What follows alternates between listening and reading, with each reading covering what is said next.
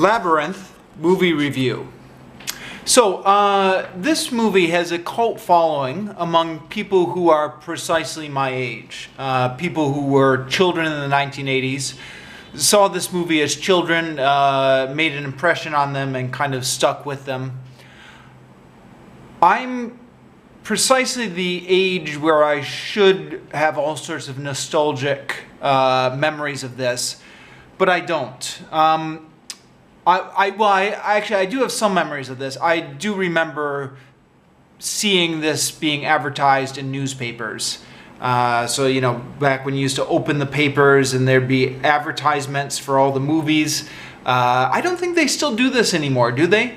There'd be like on the entertainment section, there would be all these like mini little posters for movies. And I remember looking at the posters of The Labyrinth and maybe seeing some commercials for it and stuff like that. But yeah, I do not remember this being like big on the playground. Like I don't remember a lot of children at school talking about it. I was not allowed to see it at the time because it was PG and my parents were a bit strict on that. But I didn't really put up too much of a fight about this because I didn't really know what it was or anything. There wasn't a big buzz on the playground. I mean, there were definitely movies in the 80s that my parents didn't let me see that I fought back on or complained a lot about, but this wasn't one of them. So anyways, those are the extent of my childhood memories of this movie. But yeah, it did kind of go on to become a classic with people who grew up with it. I didn't get around to seeing this movie until I was 29. So I can no longer, at that point, view it through the lens of nostalgia and say, oh, what a wonderful movie this was to view as a child. I can only look at it as an adult, and as an adult, I found it a little bit baffling. And I'm not entirely sure I think it worked. And again, I hesitate to say that because I know this is a much beloved movie for people who saw it as children. So bear with me here. I will say this. The tone of the movie did remind me of the Jim Henson Hour, which I don't know if anyone else remembers the Jim Henson Hour. Came out near the end of the 1980s, I think. It was much hyped at the time. Then there was only a few episodes broadcast, and then it was just kind of abruptly canceled and disappeared into oblivion. But the Jim Henson Hour, like the first half hour of it was like a Muppet show. And the second half hour of it was like a fairy tale told with Muppets, or told with various puppets that the Jim Henson studio had made. That second half, the kind of fairy tale element told with Muppets, and kind of the general tone of the Jim Henson Hour, the second half, was kind of reminiscent of I thought, what the tone of Labyrinth was. So to that extent, it does get nostalgia points for me. Yeah, so if you're not already familiar with this film, there are a lot of big names attached to this. So George Lucas was involved, Jim Henson, of course, Terry Jones. Terry Jones, the guy who used to be with Monty Python as one of their writers, was one of the screenwriters for this movie. M.C. Escher wasn't directly involved, but they used his drawings, or used some of his sketches. And, of course, David Bowie.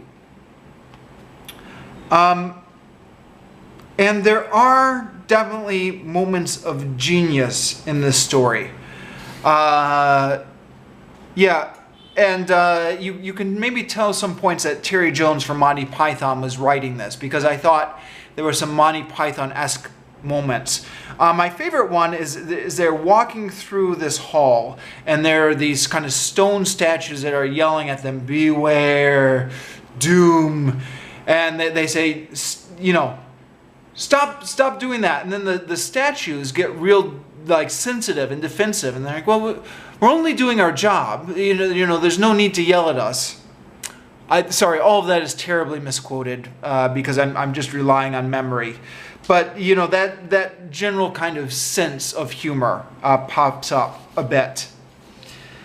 But there were other parts, a lot of other parts, where the humor of the movie just seemed to be relying on the fact that it was random or strange. This is completely random and out of place, therefore it's supposed to be funny, which didn't really work for me. And then, yeah, some of the dialogue here, well, again, it's a children's movie, right? So you don't want to criticize it too much, but didn't really work for me. Like this line, David Bowie is saying to one of the Muppets, he says, "If she kisses you, I'll make you a prince." And the puppet says, "You will?" And he says, "Prince of the land of stink."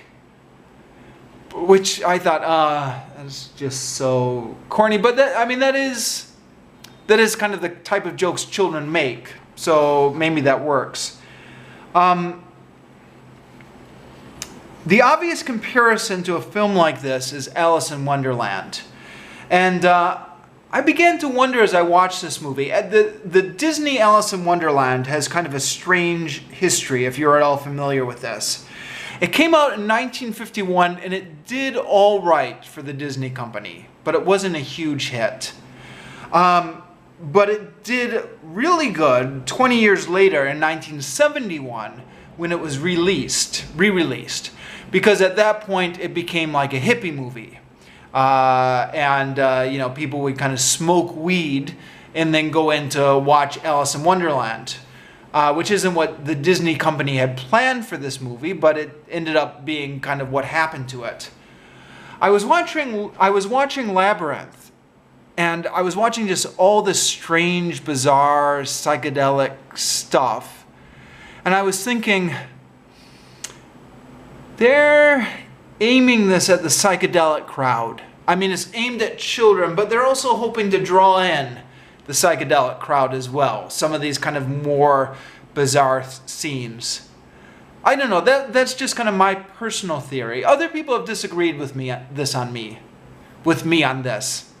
And to be fair, if you go back and watch the original Muppet Show from 1978 or whatever, there are a lot of really bizarre moments in the Muppet Show, which, you know, I'm sure you could get high and watch the Muppet Show, but I don't think that's at all what they had in mind when they were creating the Muppets. So maybe that's not what they had in mind when they were creating this movie.